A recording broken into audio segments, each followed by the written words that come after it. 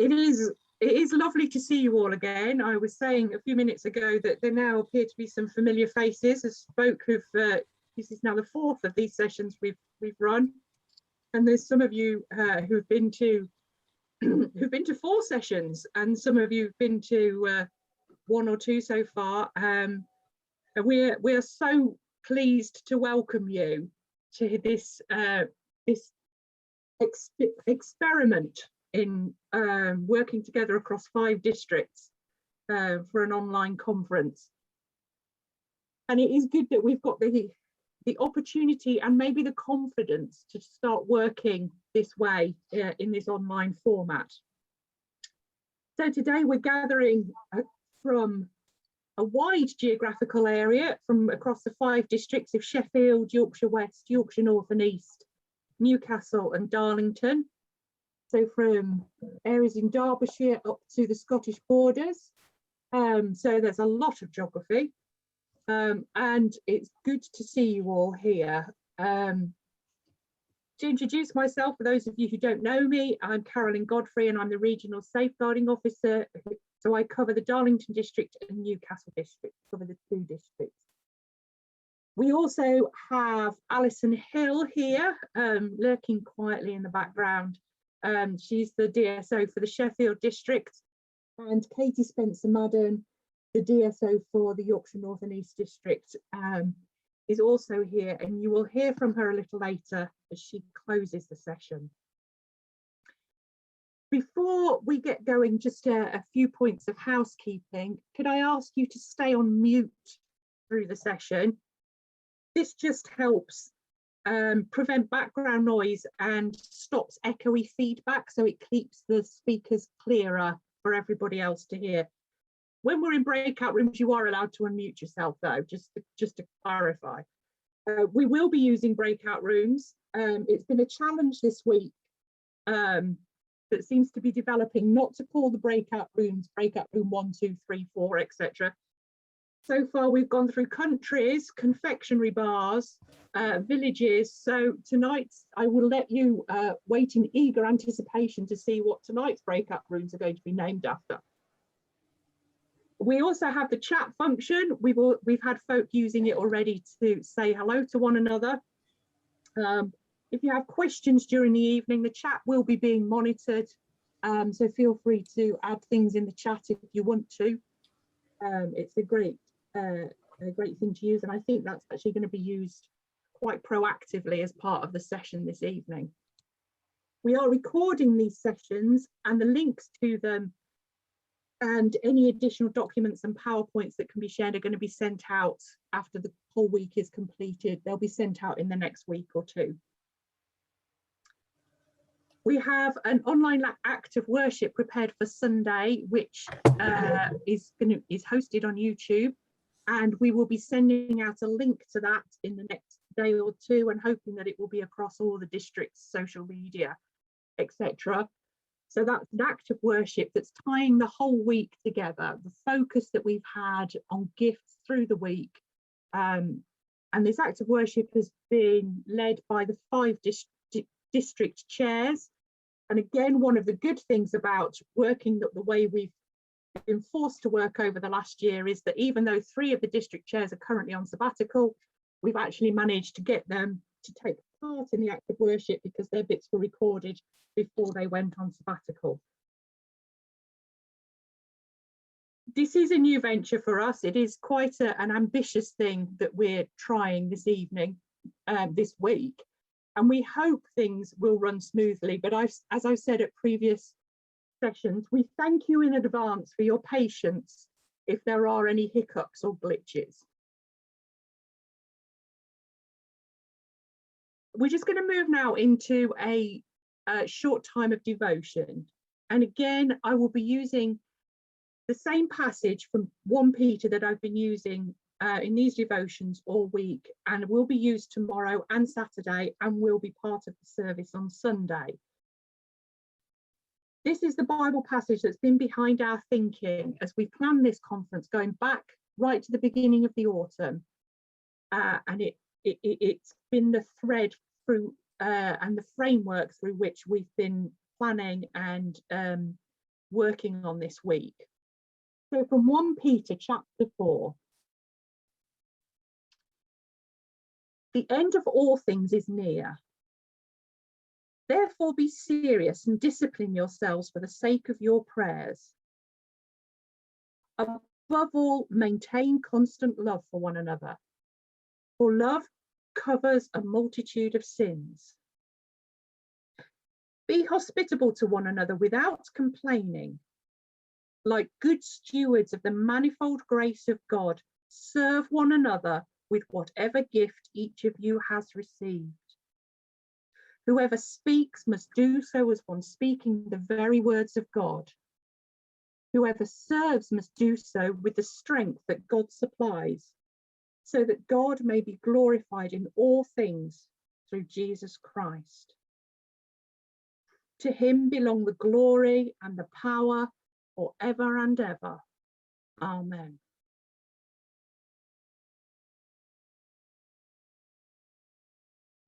And for our prayers this evening, I'm first going to read the canticle from the evening prayer from the Northumbria community, and then follow it by a short prayer. In the shadow of your wings, I will sing your praises, O Lord. The Lord is my light, my salvation. Whom shall I fear? The Lord is the refuge of my life.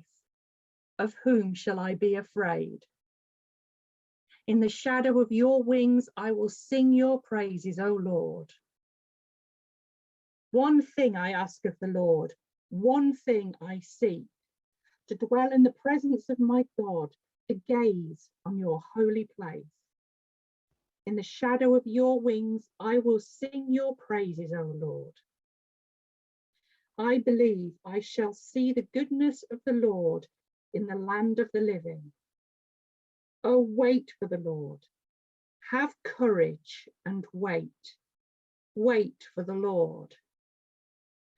In the shadow of your wings, I will sing your praises, O Lord. Let us pray.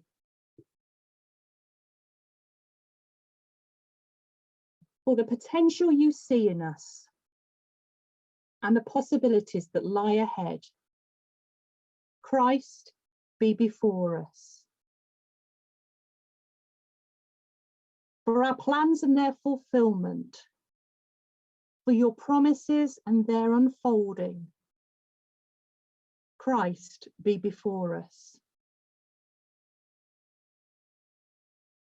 In the problems that beset us and the perils that ensnare us, Christ be with us. Be around us and be beneath us. On your path, O God, and not on our own, be all our journeying. Rule our hearts, that they may be only yours. Amen.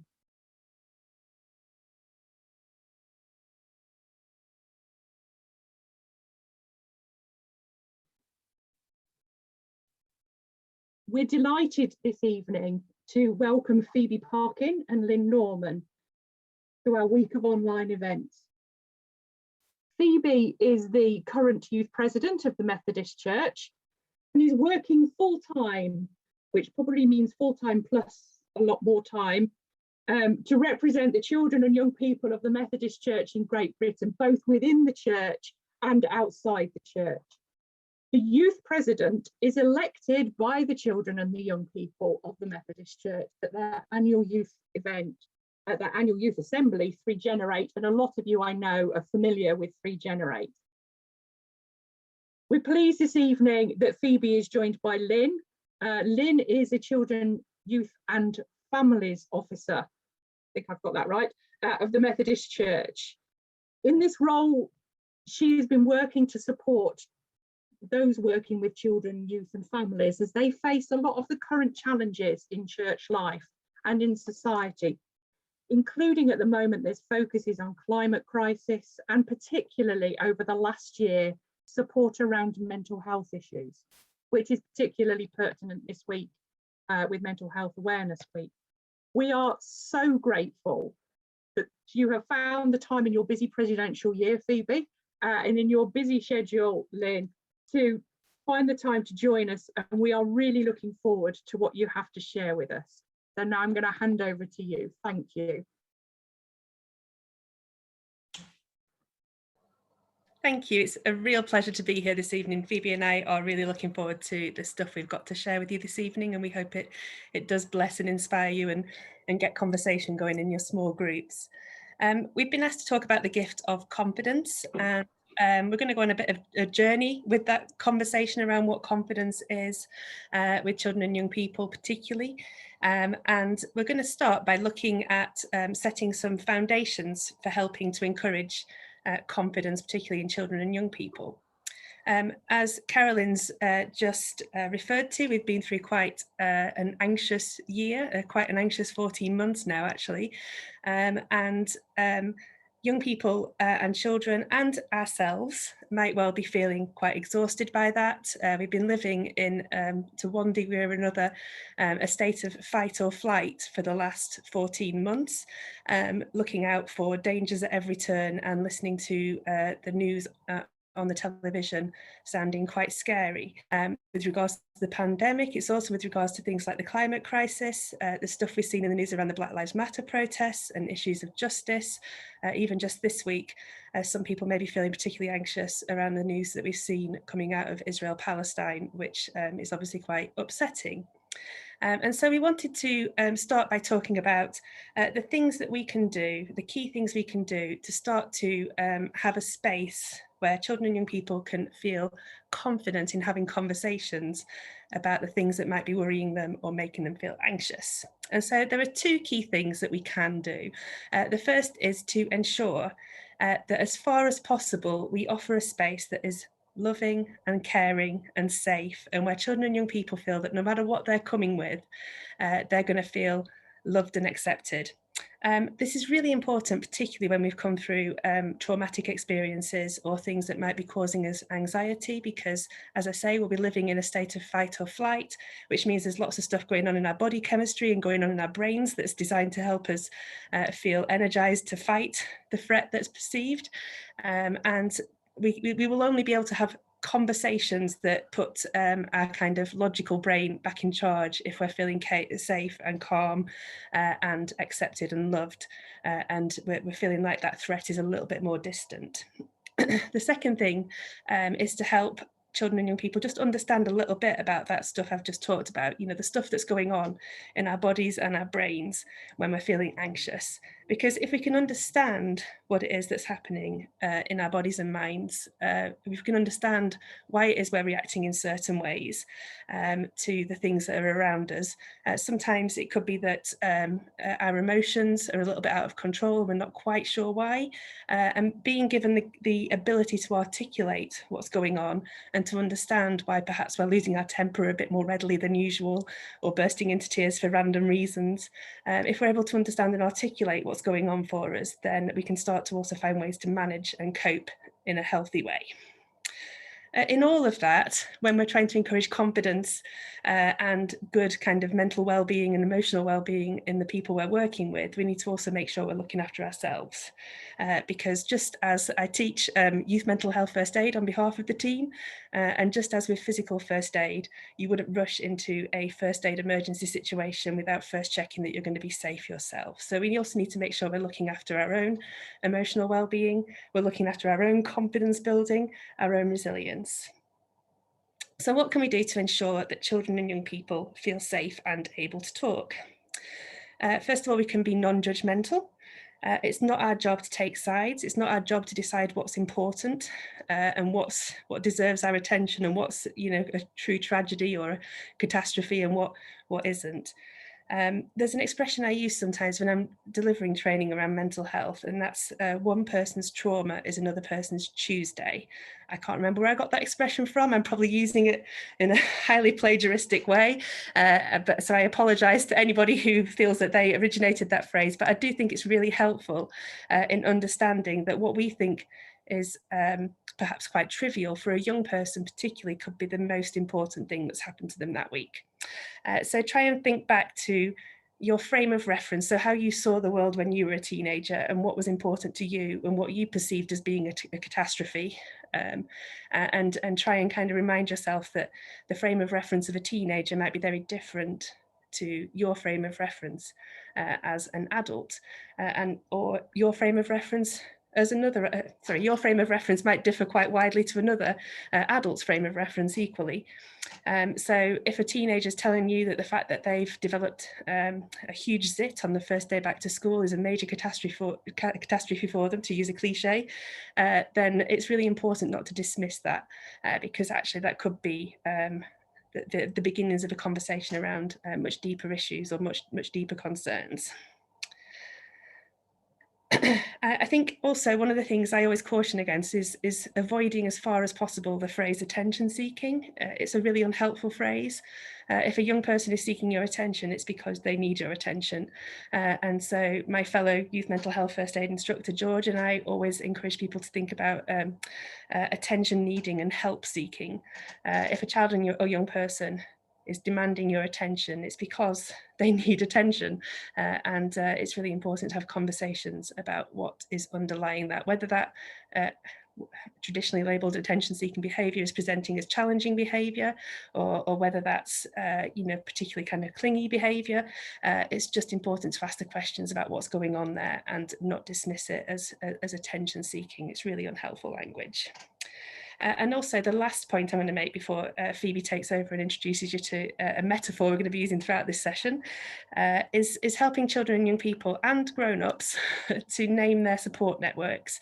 Because sometimes when we're struggling and we're feeling anxious, one of the things we're tempted to do is to withdraw from the wider world, and that can then lead to further issues down the line. It's really important to encourage people to stay in touch with their support networks, to maintain their positive relationships as far as possible, and that way they've got that good grounding for that confidence building that we're going to be talking about.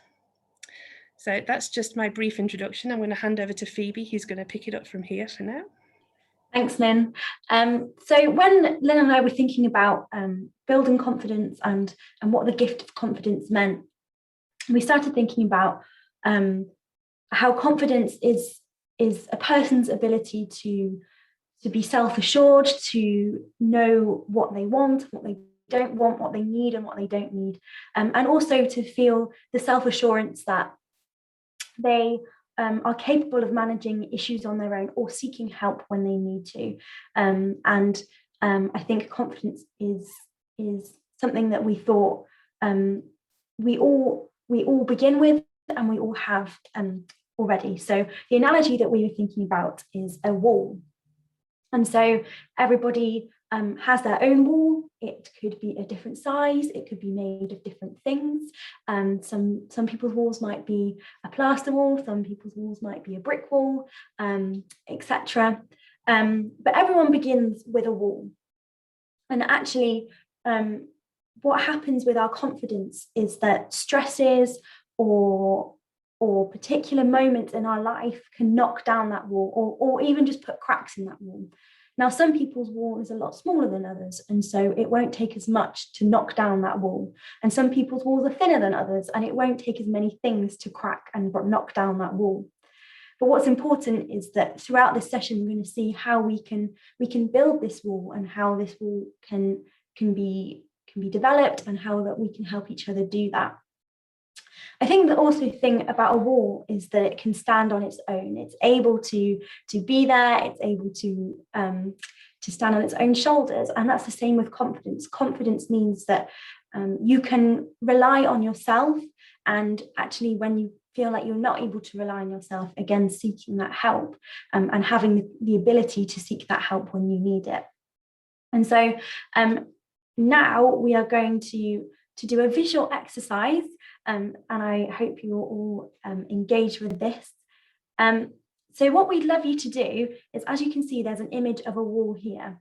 And we'd really like you, going back to what Lynn said, to think about what issues, as a teenager, what things would you have knocked down your wall? So in your teenage frame of mind, what things would have cracked your wall, what things might have knocked down your wall, and how is this different to your adult frame of mind? And so if you could kindly put on the wall, annotate the wall with things that would have knocked down your wall as a teenager. If you don't know how to annotate, what you will see at the top of your screen is a little green box that says you are viewing Catherine's screen. And if you click down to view options, there is the option to annotate. And if you click annotate, there are lots of options. And if you click text, you should be able to add to your wall. There we go. Somebody is using the draw skills, but if you could use the text, that would be really, really helpful. So that will help you type as seen here.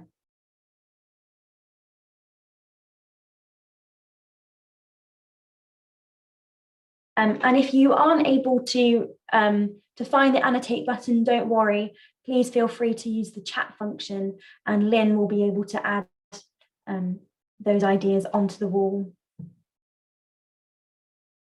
So I can already see some coming through. Thank you. And already I can see some similarities here. So people's talking about bullying and name calling, or peer pressure, or particular sort of traits of themselves.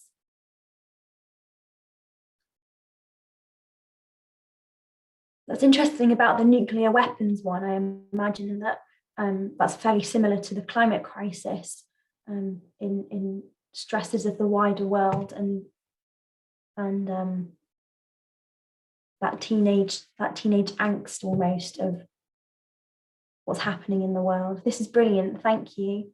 Some of them are crossing over, but I think Catherine is able to move them about.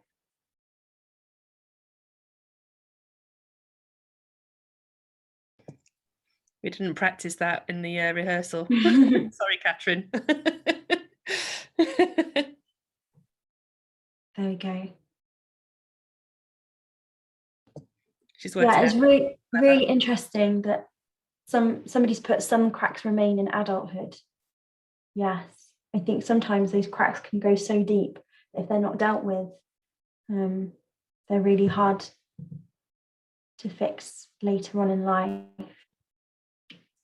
This is brilliant. I'm going to give you just maybe 30 more seconds to do that.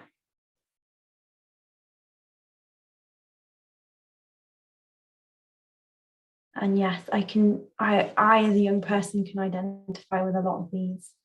Not achieving as expected, that's a big one. I know lots of young people now are having problems with exam stress and this idea of having to achieve a certain grade, and that pressure to be valued for a letter on a piece of paper. I was in a Children's Society webinar this afternoon where they were talking about the trifold pressure now on young people to perform academically, socially, and physically. Yeah. Yeah. Brilliant. Thank you so much. I think Catherine should be able to save that. And I'm going to take a screenshot as well. Don't worry, I can only see my face, so I'm not going to have anybody in my screenshot. I'm going to now thinking about that wall. Thank you for sharing that, Catherine. When Lynn and I were thinking about confidence and our wall, we started to think about, well, we've got cracks in our walls, and we want to think about firm foundations. So we were thinking about the fact that when you build a wall, when you have a wall, what you want is a wall that is really strong, has really firm foundations, so that when things do hit it, it's so much harder to crack. It's so much harder for that wall to fall down. And I think that sometimes we have to go back and refill in the foundations and have a look at why our foundations might be shaky to begin with. That takes exploration, and that's something that as adults, but children and young people need to do, and to be helped alongside to do that foundation building. We saw it as earthquake proofing, and we were thinking about, in lots of countries where there are earthquakes, they make sure that they practice for when there could be earthquakes. They go and check their buildings to make sure that their buildings are earthquake safe, so that before an earthquake happens, they know that their wall can stand that earthquake. And it's the same with confidence. We want children and young people and adults to be able to, when they're feeling able to, earthquake proof their confidence, so that when an earthquake happens, their confidence isn't shattered and that wall completely falls down. And Lynn's going to talk now about how we can build those foundations, and how we can help children and young people build those foundations. So back to you, Lynn. Thanks, Phoebe. So when we were thinking about the earthquake proofing analogy, one of the things we talked about was resilience. And I know that you're talking about resilience tomorrow night, but I think there's a bit of crossover with the idea of encouraging confidence in children and young people as well. And there's a leading psychologist called Martin Seligman, who talks about the fact that the way we explain setbacks to ourselves is really important in how we develop our resilience. So he talks about 3 elements for the way we kind of tell stories to our head about something that's happened. And he talks about permanence. So if you're optimistic, if you're full of confidence, then you're the kind of person who will see the effects of bad events as temporary. So rather than permanent. So for instance, my boss or my teacher didn't like my work on that project, rather than saying to yourself, well, my boss or my teacher never likes my work, I'm useless. So there's a real difference there, you know, just making it about that one kind of moment, as opposed to about making it about something that's more permanent. The second element that Seligman talks about is pervasiveness, can't say that word. Confident people don't let setbacks or bad events affect other unrelated areas of their lives. So for instance, you might tell yourself, I tell myself this very regularly, I'm not very good at maths, for instance, rather than telling yourself, I'm no good at anything. Can you see the distinction between those two kind of self-narratives? And the third element that Seligman talks about is personalization. So confident people won't blame themselves when bad events happen. It's not all on you. So for instance, you could kind of say to yourself, I didn't have what I needed at that point to finish that project successfully, which is very different to telling yourself that you messed up and you can't do anything right. And I think it's really important to have conversations with everybody, but also particularly with young children and young people, about how we talk to ourselves when bad things happen. There's also something called the ABC model, which is where you kind of talk about the activating events of the thing that happened, the beliefs you have about that event, so the stories you're telling yourself in your head about what's happening in that moment, and then the consequences that come from the stories that you tell yourself. So say, for instance, you get called. Let me think of an example. I often use the example of getting caught up in a car park in the supermarket, which perhaps isn't very relevant for an 8-year-old, but I'm going to go with that example. So somebody cuts you up in a car park in a supermarket, steals your parking spot, and that's an aggravating event. Anybody could agree that that's something that's highly irritating and could potentially have the power to ruin certainly the next few minutes of your day, if not your entire day. Could set you off in a really grumpy mood. You could tell yourself that that's the worst thing that could possibly have happened to you in that moment, that nothing's fair, nothing ever goes right for you. People are just horrible. Nobody has any respect for other people anymore. You can start to tell yourself these really negative stories about what's just happened. Or you could tell yourself that in the grand scheme of things, it doesn't really matter. That person's probably just having a bad day and, you know, just wasn't thinking about other people in that moment. And the consequences of the stories that you tell yourself in those moments can be that you can, as I say, go on to have a really bad day because you've kind of told yourself all these horrible stories about what's going on and it's affected your mood for the rest of the day. Or it means you can kind of shake it off and bounce back much quicker and kind of rescue the rest of your day from that bad mood that could potentially have been hovering around that event. So having conversations with people around the stories we tell ourselves and how permanent and pervasive and personal we make these activating events can really help when it comes to developing confidence. And also, when we talked about the earthquake proofing analogy, we couldn't help but think about the story of the wise man who built his house upon the rock. And it just seemed like a really obvious kind of biblical reference to make. And again, when it comes to earthquake proofing from a spiritual perspective, knowing the scripture that tells us who God is, holding on to those promises of who God is, and learning and clinging to who God is and the promises that God makes to us is really important. And it's something that we need to practice in the easy times, because when those earthquakes hit, when those storms come, it's going to be so much easier to fall victim to the lies about what's happening in that situation. And it's going to be much harder to hear the truth of the fact that God is with you in those hard times. So part of that earthquake proofing, yes, exactly. Thank you, Jonathan. It's about knowing who we are in God's eyes, knowing that we're his children, knowing that we're loved, and clinging on to that in the really difficult times. And so doing things that help children and young people to kind of learn those promises and learn that they're loved by God is really important as part of that earthquake proofing, so that when those hard times come, they've got the houses that are built on the rock, not on the sand. I'd like to invite you now just to use the chat. I mean, Jonathan's kind of kicked us off nicely, but just to kind of share perhaps some scriptures that you find really helpful when you're going through difficult times, that kind of remind you of who God is. It could be scriptures, it could be worship songs, or particular prayers that you pray, but anything that you think you'd like to kind of share in this moment that you find really helpful for your own earthquake proofing when it comes to knowing who God is.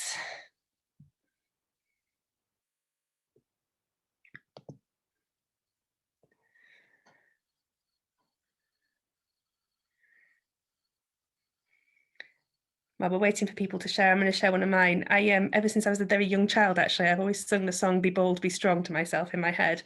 I still do it even to this day. When I was going into exams in my GCSEs and my A-levels and my university years, I used to sing "Be Bold, Be Strong" to myself, and I still do it. Still do it if I'm feeling scared. I was singing it to myself tonight before I came into this session. So Psalm 27. Thank you, Joe. One of my favourites is faith, and it stands for Father always in my hands. And I'm just like, yes, I need to remember that. Or particularly when I'm lying awake at night and can't get to sleep, somebody said to me, just give it to God and go to sleep. And so that's what I do. I force myself to give it to God and go to sleep, and that always makes me feel better. We're getting some great stuff in chat as well. Listening to In God Alone, that's great. Psalm 27, Psalm 22 and 23. Tracing the rainbow through the rain. God who goes before me, God who is behind, the God of angel armies is always by my side. Our God is a great big God. It's another good one. It's another good chorus, along with Be Bold, Be Strong. Slightly more modern. I'm showing my age on it by saying Be Bold, Be Strong is my go-to song. Nothing can separate us from the love of God, not demons, loneliness, mental health issues, etc. What would Jesus do? It's a really good one when you're trying to practice patience and not fall victim of those temper tantrums that come sometimes with those activating events, like people stealing your parking space. Lou Fellingham, everlasting arms, the line he giveth and giveth and giveth again. 2 Corinthians 12, I delight in my weakness, because when I am weak, then I am strong. And Psalm 139, that's another one of my favourites, actually. I love the what would Jesus do, because it always reminds me of when he's in Gethsemane and he turns to God, like in that moment when he's, showing complete sort of weakness and that fear and confusion, and Jesus turns to God. That's the first thing he does, and I'm like, yes, that's what I need to do. Earthquake proofing was sound, wasn't it? Yeah, exactly. Yeah. As I was with Moses, so I will be with you. I will never leave you nor forsake you. Be strong and courageous. Do not be afraid. Do not be discouraged, for the Lord your God will be with you wherever you go. That's Joshua 1. Thank you, Martin. I am fearfully and wonderfully made. That's one that I use in my youth group actually a lot, because my youth group is from mostly from very challenging backgrounds. They get told a lot that they're not fearfully and wonderfully made by a lot of different people in society. So I like to tell them that I believe that, and I believe they're wonderful. And the Bible tells me that. A tender reed he will not break. God give me the strength to accept the things I cannot change, courage to change the things I can, and wisdom to know the difference. That's the desiderato. I can never say that, kind of. Calm me, O Lord, as you stilled the storm. In my father's house there are many rooms. If it were not so, I would not tell you so. And the angel said to Gideon, go in the strength you have. God goes with you. Thank you so much for those. I'm going to hand back to Phoebe very quickly, I think. No, we're going to hand to small groups, sorry. I think you've had the questions for this first small group ahead of time, and I'll just remind you of them now. When you talk about managing anxiety and building confidence with your group, is there a particular time of year that you do that, or a particular group of people that you focus on with regards to confidence building? How can you start to practice and model resilience and confidence with your youth group all the time, not just when it feels necessary? How can you do that earthquake proofing? And I think it's just those two questions, and I think we're going to send you into small groups for 10 minutes. There we go. I made the mistake of not unpausing my recording the other day and missed half of the webinar that I was supposed to be filming. So welcome back. I'd like to invite you just for a couple of minutes to share any thoughts or kind of headlines from your small group conversations in chat, just in case that's helpful to other people who weren't in the small group as you. Oh. Bye, Fidge. So anybody who would like to share any thoughts from their small groups, then please do that in chat. And I'll just give kind of a few seconds for that to happen. But when I start talking again, then, you know, feel free to keep on sharing the learning from your small group conversations. Can I just say while they're waiting? Oh, was that somebody trying to say something? Yeah. Can I just say while we're waiting, this is Joan Carr. Hello, Thank Joan. you very much. Thank you very much for putting me into the elephant breakout room, because I have a very large collection of elephants. And I have quite It's like somebody knew. It started many years ago when I campaigned against ivory poaching. So thank you. I don't know how you knew, but it's wonderful. I'm glad you felt at home. Oh, there's a raised hand, I think. Yeah, can I say something without putting it in the chat, because it's easier to say it than to try and explain it in a way, because it's a visual. But we were talking in our group quite a bit about the relationship between resilience and confidence. Yes. And for me, it kind of came up with that with a quadrant idea, where you've got confidence going one way, resilience going on another. Mm-hmm. And ideally you want children to be strong in both. Yeah. And we were then asking, can you have confidence without resilience? And can you do you have to be confident to be resilient? Do you have to be resilient to be confident? And recognizing that there could well be times where children have learnt to become resilient, particularly because of possibly abuse context, that kind of thing, but actually not confident at all. Yeah. So for me personally, being visual, I found that quite helpful to imagine where somebody might be. Yeah. And we help move them into the strong on both sides. Yeah. Oh, thank you very much for that, Rachel. Because you're right. There is a really fuzzy kind of overlap between the two, but they are distinct, aren't they? And young people can be confident, but that confidence can manifest itself in unhealthy ways that perhaps means that their resilience is low. So perhaps a young person who's quite angry or aggressive, they might be resilient, and as you said, they might have kind of had to learn that resilience due to adverse childhood experiences, but actually that's not the kind of resilience that comes with confidence, because it's still based in that's not the kind of resilience that comes with confidence, because it's still based in insecurities and kind of having to put up those defenses, and so you're right, confidence and resilience are two things that we need to kind of build up side by side if we're going to have a solid wall for our young people. So thank you. I'd encourage you to keep on sharing in chat, but I'm going to hand back over to Phoebe now, who's going to talk a little bit. Thank you, Lynn.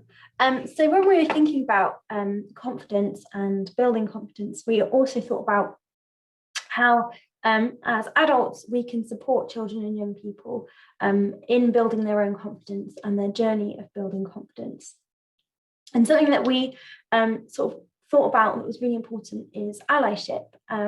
And you might have heard of the term allyship in relationship to Black Lives Matter or other social justice issues. And allyship really refers to using your privilege to help actively support a certain group who has less privilege. And so listening to them, educating and evaluating. But in terms of building confidence, something that we found really important is that as adults, we often do have privilege in the sense that we are often the voice for children and young people, especially in churches. It can be very easy for a youth leader to be the voice of children and young people rather than the child and young person being able to use their own voice. But we also have privilege in the sense that we can influence children and young people a lot, and there is a power dynamic. As an adult in that space, you have more power than that child and young person. And it's really important in terms of allyship, we felt, to understand how we can be allies and use that relationship and that dynamic to assist building confidence. So in one way, it is really important to use your voice, the voice that you have on behalf of children and young people, to support them when they need it. So that might be where a child and young person is lacking confidence or is put into a situation where it would be it wouldn't help their confidence. In fact, it would knock their confidence down to be forced into that situation. That's where you as an ally can come in and be that voice. But there's also the slight difference of when learning to be quiet and learning to not be the voice and actually uplift the voice of that child and young person and allow them to grow their confidence themselves. So that might be in a situation, for example, in a meeting, perhaps it's a steward's meeting, and you've invited a child or young person who is a junior steward into that meeting. There are times when it's not appropriate for that child or young person to be forced to give their opinion, particularly if it's in a really tense argument or there's sort of personal political stuff going on in your church. It's really unfair for that child and young person to be put into that situation and have to use their voice. But what you can do to build their confidence is show that you are there by their side as an ally to be that voice and help them. But also there might be times where to build their confidence in being able to speak to others, to share their opinion, you actually tell the adults in the room, it's time for this young person's voice to be heard. And I think that that's where this allyship and confidence comes along, walking alongside children and young people in that journey. And I'm going to hand back to Lynn to continue with this. Thanks, Phoebe. I've noticed there's quite a bit of chat going on at the moment about resilience and vulnerability. I don't think we've got time to talk about that now, but hopefully at the end of the session, we've got some time for kind of questions and stuff, so we could perhaps kind of unpack that a little bit more. But I just wanted to say I've kind of noticed that conversation going on, and I think it's an interesting one to come back to. But at the moment, we're talking about walking alongside children and young people. And when we're doing that, we can sometimes get locked into unhelpful patterns where we see the children and young people we work with as victims perhaps, and ourselves as rescuers, and some instances as well that we might also have people that we label as persecutors, and sometimes those labels are perhaps helpful, or the immediate circumstance demands that we work with those labels. So for instance, in a safeguarding disclosure situation, we have to perhaps temporarily adopt the role of rescuer, but none of those labels are God-given identities, and instead, we need to start seeing children and young people as navigators of their own path, which sometimes can be really hard, but it's really important that we encourage as far as possible children and young people to see and decide their own way ahead. And we can offer advice and support and encouragement and build up confidence in that. We can share wisdom and our own experience, but ultimately our job is to walk with them and not for them. And that can be really hard. I've been a youth worker for 20 odd years now, and sometimes when we're walking with young people, there might be an unsatisfactory ending to that for us, to the story of that young person. It might be that they decide on a career choice that is unhelpful for them. It might be that they fall into kind of gangs that we're not happy that they're kind of, or friends that we're not kind of happy that they're associating with. And that can be something that's really difficult to come to terms with as a person who's walking alongside a young person and not for them, because ultimately it's their life to live, and we have to allow them to make those decisions for themselves. There are a few things that can help us to manage those boundaries between walking alongside instead of walking for. And one of those things is to define the structure in which you're seeking to serve someone. And that can be really helpful for you because it helps you to understand where your role finishes and the young person's autonomy begins. It can be really helpful for the young person as well, because blurred boundaries can make somebody feel unsafe. And as we said right at the start, it's really important to feel safe in order to feel calm enough to put your rational brain in place and make kind of sensible decisions about your life. So it's really important that the young person feels safe if they're going to make good decisions. And just naming the responsibilities that you're going to take on, but also that the young person can take on, and encouraging as far as possible that person or your youth group to believe that they can help themselves. Phoebe shared that really helpful expression, give it to God and go to sleep, earlier on in the session. My boyfriend is really helpful in offering me the advice to let go and let God. That's one thing that he tells me a lot. Lynn, you need to let go and let God. So I find that's a really helpful phrase to kind of fall back on as well. We're going to let you go back into your small groups for another kind of 10-minute conversation. And we just want to encourage you to think about how we help children and young people to step out so that they feel safe, confident in taking risk, accepted when they fail, and what safety nets do you have? What can you put into place? And have you experienced as a youth worker or somebody in your church life who sees some of those unsatisfactory outcomes, and how have you learned to deal with that? How have you found a way to be okay with that? Have you? And how do we let go and let God? So I think you're going to go back into your small groups now.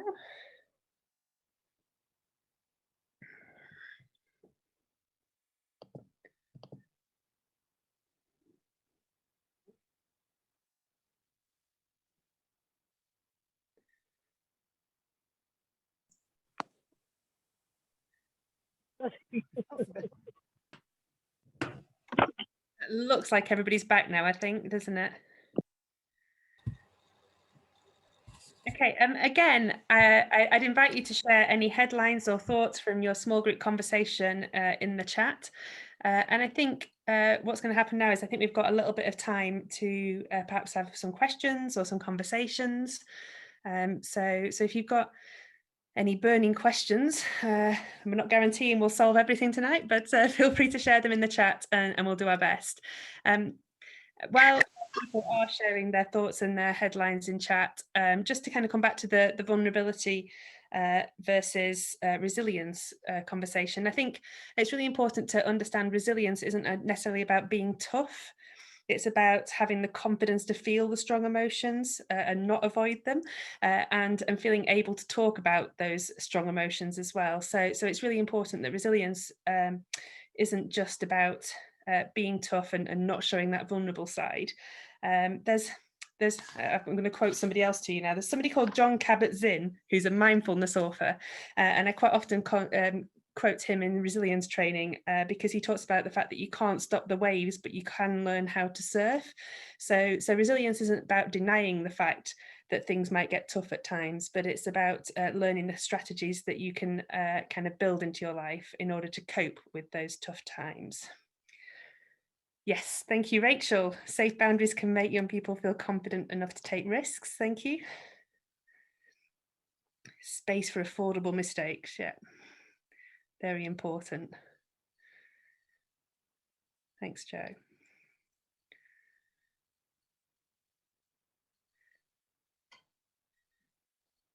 We had a little conversation as well while people were in breakout rooms about the importance when you're showing vulnerability about remembering that there's such a thing as oversharing, particularly if you're a youth leader working with young people. So it's okay to admit to young people that you have doubts and that sometimes you feel sad, or that sometimes you feel frustrated or angry. But we have to remember, for those that know about transactional analysis, what role we're playing in those situations, and make sure we stay in the adult role, and remember that the young people that we're working with don't necessarily need to hear all the details and have us overshare. So just to be cautious in that. Any other thoughts from the small group rooms, or indeed any questions? Thanks, Joan. Ensuring mistakes are not seen as failures, but can be a learning opportunity and helpful in future decisions. I think, I mean, we don't have time to talk about it tonight, but I think reflective practice is also a really good, useful skill to learn as part of our resilience as well, and our confidence building. Children are encouraged to think through risks in projects at school. We aren't school, but sometimes our church strategies might need to catch up and credit young people for their abilities and ideas. Hear, Rach. If you have a good risk assessment, young people can take risks within these boundaries. We talked about growing faith resilience and faith confidence. That's great. Catherine Fox on St. Paul's Cathedral website during April writing about catastrophe and resurrection was really insightful. I'll be making a note of that and having a look for that later. Thank you. Then Dion's got her hand up. Okay. I would like to speak. Great, go for it, Dion. It's just the point you brought up about the transactional analysis. So, you know, when there's oversharing, but for some young people within their households, they can seem really resilient, really strong in their coping, but it's actually because they're taking on the adult role. Yes. And it's important that, you know, maybe like there's hidden carers, or there's you know, just some issues that are going on at home. And sometimes we can forget about those ones who seem, and sometimes we reinforce, you know, you're so strong, you're coping so well, but sometimes you need to have that space to be able to be a child, and hopefully to speak about it, because it's not good in terms of who they are in their development. Yeah, oh, that's really helpful. Thank you, Dion. There's an exercise, we do it in mental health first aid training, and we call it the stress container. And then when we're delivering training outside of our licensed MHFA, we call it the stress bucket. But it's a really good tool for talking about just the fact that we all have stuff that kind of fills up our life, our daily life, with stress. And we all have different size buckets. That is similar to the wall analogy, but I guess it's kind of the reverse of that. So we all have stress buckets, and during the day, things will kind of go into that bucket that might stress us out. And that could just be, you know, kind of the alarm clock going off in the morning, or thinking about what's for tea, or, you know, kind of thinking about the homework you've got to get done. But for other people, like you say, Dion, for young carers, or for those who perhaps have, you know, kind of hidden kind of extra stresses going into their buckets at home, that can sometimes be a really useful tool for them to kind of think about what's going into their bucket, and therefore how do they make sure they empty that bucket so that it doesn't overflow? What are their healthy coping strategies? Where is their me time in all that stuff that's going into their bucket? Where's the stuff that's going to empty that bucket and help them to find some me time, and just give themselves a breather before they kind of all that stress overflows and they have emotional snapping.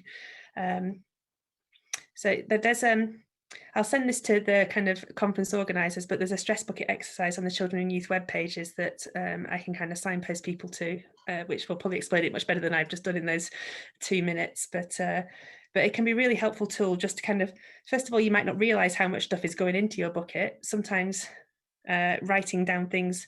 I've realised recently that having a meeting that starts before 9 a.m. really starts to fill my stress bucket up a lot quicker. I'm not a morning person, so my resilience is probably a bit lower in the mornings.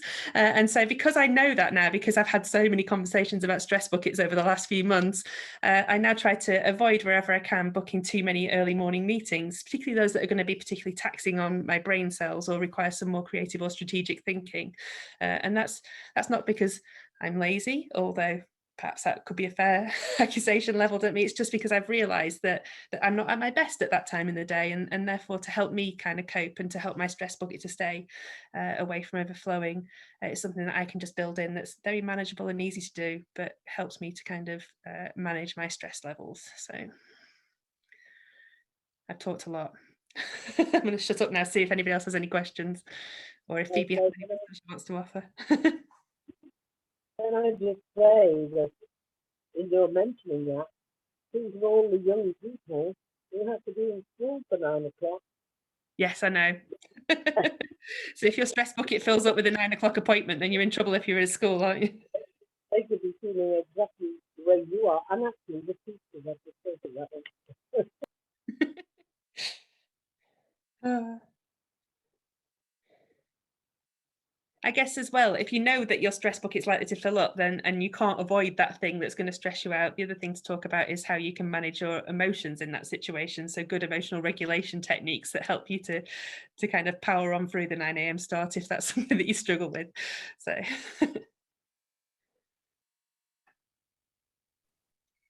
Yeah, and I think sometimes your stresses change. So there could be one thing that a child or young person was able to cope with before, and they wouldn't have considered something that would add to their stress bucket, and then it does add something to become something that adds to your stress bucket. And I think it's really healthy when you're walking alongside children and young people to go with them on that journey and go, oh, have you considered that might be causing you stress? And I think that even as adults, we probably need to go and do some self-reflection and go, actually, that was bringing me a lot more stress than I realised. But I think that's something that you have to learn to do. And I think that's also about that confidence building, is learning when you're being self-aware enough to know that your confidence is low or your stress bucket is quite full, and that you need to go and do that self-analysis. Yeah, and the more we talk about these things, modeling vulnerability in a healthy way, the easier it will be for people to kind of name and say what's happening for them and when they're feeling vulnerable and why. So we've got another hand up from Anne. Oh, okay. Yeah, I'd just like to say, I think one very good way of de-stressing for young people is going walking. And I know during the pandemic, we live in a village, and the number of families with young people, well, children and older children, just walking around the lanes every day, and they're all talking to each other. And I think before the pandemic, when you don't have that situation, it's hard for them to talk to the parents. But if you're out a walk, especially with a dog, I think it releases a lot, and it's very helpful. Yeah, definitely. Sometimes even just kind of walking alongside physically or being alongside physically, it makes it much easier to have conversations, doesn't it? So I know my youth group, they love cooking, which is obviously something we haven't been able to do together, but I've had more meaningful conversations with my young people when I've been stood side by side with them at the church stove than perhaps I have when I've kind of sat down deliberately to talk to them. So it's when you're in the car, because if having that conversation in the car, you don't have to look at each other. So somebody else has to look at the road, and that allows for really good conversation as well, I find. Not that we should be going in each other's cars during the pandemic. Oh, it's allowed from next week. Okay, so I think we're running out of time, aren't we, Katie? Is that what you're going to tell us? Yes, unfortunately. To be honest with you, we could continue these conversations for so much longer, well into the evening, I'm sure. I think people will probably continue to have questions, really, and that's absolutely fine. If people want to keep their questions coming through, I'm sure that if you want to send them to your district safeguarding officer, whose details you'll find on the district websites, you can send them through, and then we can always pass them on to Lynn and Phoebe if you've got further questions after this session, if that's all right. So I just wanted to finish really by issuing some words of thanks, and then I'll close us in prayer before we go our separate ways for this evening. There has been a real team of people behind the scenes putting this all together, this safeguarding conference. It seems to have crept up on us really quickly. We had this idea many months ago, and suddenly it was here, and we've had a whole group of people putting it together, and it's just been one of those experiences being involved in the planning where you realise that people are gifted in such different ways. And when those giftings come together, then something truly magnificent can happen. So a huge thank you to all our district safeguarding officers, our techies. We've had Catherine and Sam with us this evening, hiding in the background, and our district administrators and digital communications enablers have all been involved in planning the safeguarding conference. So I want to say a huge thank you to them, and we're very appreciative of all the time and effort you've put in. As Caroline said at the beginning, this is our 4th session in a series of sessions that we've been happening every day this week. And we've passed halfway now. We've only 2 more sessions to go. We've got tomorrow's session, tomorrow morning, and then we've got one on Saturday as well. And then we've got a service of worship on Sunday. And having attended every session, I can honestly say I've been so inspired by all the speakers this week. Just their ability to take a theme and really understand what we were aiming at with this safeguarding conference. So Lynn and Phoebe, a massive thank you to both of you for the time and effort that you put into this. And that is just exactly what we needed. I think someone's just put in the comments, good food for thought. And I think that is exactly what it has been. I think you've probably stirred a lot of our thoughts, and we've probably got more questions and things to think about over the next few days and coming weeks. But that's a mark of a good session, isn't it? To leave you thinking about other things that you might need to take forward. I think you've just shared some really good experience and wisdom today that is just going to be so valuable for us in the practical ways we can potentially instill the gift of confidence in our children and young people. I'm going to speak very plainly now, and I feel I can say this because I've got an aspiring young person at home. Sometimes as adults, we can really struggle when it comes to connecting with young people, particularly this younger generation now, who seem to have grown up in a time that is just completely different from the world that we grew up with all the online capabilities and technologies. I know sometimes when my daughter speaks to me, I feel like she's speaking a different language because I don't understand all the apps and the things that she's talking about. But you know what, when I saw that wall, which was a great tool to use, when I saw that wall and it had all those different things that we'd all written on it about the issues that affected us as young people, I think if you showed that to any young people now, they would really identify with the things that were on there. And that was just really a really emotional moment, actually, that perhaps in a lot of ways we're not so different. And some of the things that you were talking about today, I've written some things down, but you talked about loads more, but these are some of them. Providing a loving, caring, safe space, being non-judgmental, non-dismissive, allowing children and young people to choose what support they want and need and design their own path, enabling children and young people to focus on building strong foundations, optimism, being an ally, sharing examples through stories. These are all things that we need as adults to feel that our confidence is growing and to feel that we can flourish. So maybe after all, we're not defined by our age categories. We are just people who want to feel confident in ourselves, and we want to feel confident enough to be able to exercise the giftings that God has given to each one of us, regardless of our age. So thank you for reminding us of that this evening, Lynn and Phoebe. I think that's so important as we continue in our ministries for children and young people, in whatever capacity that may be. So let's just finish with a prayer as we hopefully after this session go home. Well, we're already in our homes, so we don't have to travel too far, do we? But go and hopefully rest after this session. Let's pray.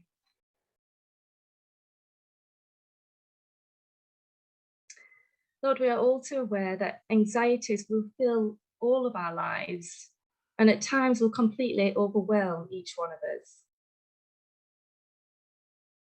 This pandemic has brought about increased amounts of anxiety to people of all ages. May you be with us. Anchor us with your love and your steadfast assurance that you are there in the storm. We give thanks for all those individuals who work with children and young people, but we recognise we can all play a part in instilling the gift of confidence in younger generations by providing a loving, safe space in which they feel they can belong and can be heard. May you use each one of us, each one of our lives, as an example to others. Whilst we may not be perfect, we each have a story that can be shared, where others may learn more about your greatness and the true confidence that comes in having faith in you. and a blessing as we head into the rest of our evening. Lord, with your help, we shall not fail you. With your presence, we shall be strong. With your light, we shall conquer the darkness. With your love, we shall be free. With your spirit, we shall have the power to bring you glory and honor and praise. May we find rest in you this evening, that tomorrow we might wake to serve you and your people. Amen. Thank you for joining us this evening. We wish you a very good night, and we will see you again, hopefully, if you are booked on one of our other sessions. Good night. Thank you very much to everyone, and double thank you for the